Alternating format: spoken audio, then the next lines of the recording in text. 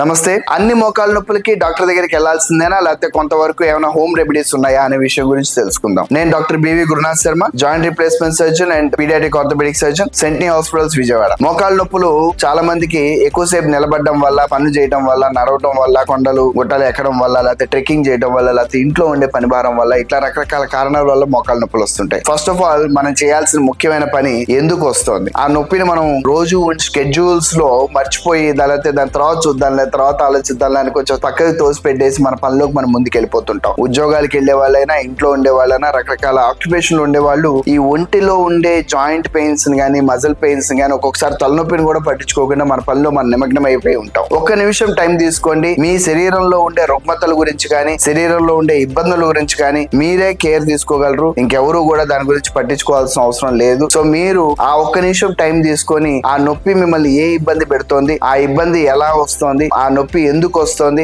మీరు గతంలో అంటే ఒక 4-5 రోజుల్లో మీరు చేసిన చిన్న చిన్న పొరపాట్ల వల్ల ఏమైనా నొప్పి వస్తుందా, లేకపోతే సడన్ గా మొదలైందా, లేకపోతే ఎందుకు మొదలైందా అనేది మీరు గమనించుకుంటే అప్పుడు మీరు దానికి అటెన్షన్ ఇవ్వాలా వద్దా, లేకపోతే తగ్గిపోయేదని తెలుస్తుంది. అదృష్టవశాత్తు మనందరికీ తెలుసు 100లో 90% వరకు బాడీకి వచ్చే పెయిన్స్ అన్ని కూడా, ఇంక్లూడింగ్ హెడ్ ఏక్ కూడా, కొన్నిసార్లు వాటంతా అవే తెలియకుండానే తగ్గిపోతాయి. కానీ ఆ 10% వల్ల మనకు వచ్చే ఇబ్బందులు చాలా తీవ్రంగా ఉంటాయి. చాలా సార్లు మా దగ్గరికి పేషెంట్ 10 రోజులు 15 రోజుల తర్వాత మోకాళ్ళ నొప్పితో వచ్చినప్పుడు ఏంటండి ఇంత సివియర్ అయింది, ప్రాబ్లం ఎందుకు రాలేదంటే, నేనేదో ఇంట్లో పని ఎక్కువ అయిందండి, ఇల్లంతా దులిపాను, అందుకే మోకాలు నొప్పి వచ్చింది, అందుకని రాలేదంటారు. మేము ఆ మోకాలు ఎగ్జామిన్ చేసినప్పుడు లోపల అప్పటికే ఇన్ఫెక్షన్ బాగా సివియర్ గా ఉండో, లేకపోతే జరగాల్సిన డ్యామేజ్ జరిగిపోయో మేము కూడా ఏమీ చేయలేని పరిస్థితిలోకి తీసుకొచ్చే స్టేటస్ లో మమ్మల్ని పెడతారు. మీరు ఏ చిన్న పెయిన్ అయినా సరే దాన్ని నిర్లక్ష్యం చేయకుండా ఫస్ట్ ఒక నిమిషం టైం తీసుకొని ఆ బాడీలో ఆ పెయిన్, ఆ ఇబ్బంది ఎందుకు వస్తుంది అనేది కొంత గమనించుకోండి. తర్వాత మనకి హోమ్ రెమెడీస్ అంటాం. మన అనాది కాలంగా మన తాతలు, అమ్మమ్మలు, బామ్మలు మనకి ఎప్పటి నుంచో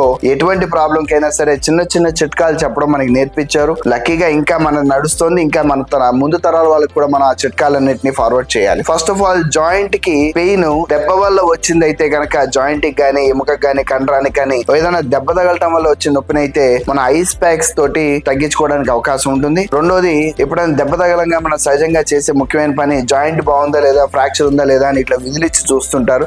అలాంటివి ఆపండి. ఒక్కొక్కసారి పార్షియల్ ఇంజరీస్ అంటే సగం కట్ అయ్యో, సగం బ్రేక్ అయ్యో ఉన్న ఫ్రాక్చర్స్ కనుక ఉంటే అవి ఫుల్ గా కట్ అయిపోతాయి. సో మీరు చెయ్యొద్దు. టెస్టింగ్ ఏమైనా ఉంటే కనుక అది మేము చేస్తాం, డాక్టర్లు చేస్తారు. సో టెస్టింగ్లన్నీ కూడా డాక్టర్ కి వదిలేసేయండి. మీరు కేవలం ఆ నొప్పి ఎక్కడుంది, ఎలా ఉంది, ఎందుకు వచ్చింది, ఎన్ని రోజులు ఉంది, ఎంతసేపు ఇబ్బంది పెడుతుంది అనేది గమనించుకొని దాని గురించి డీటెయిల్స్ డాక్టర్ కి చెప్తే మంచిది.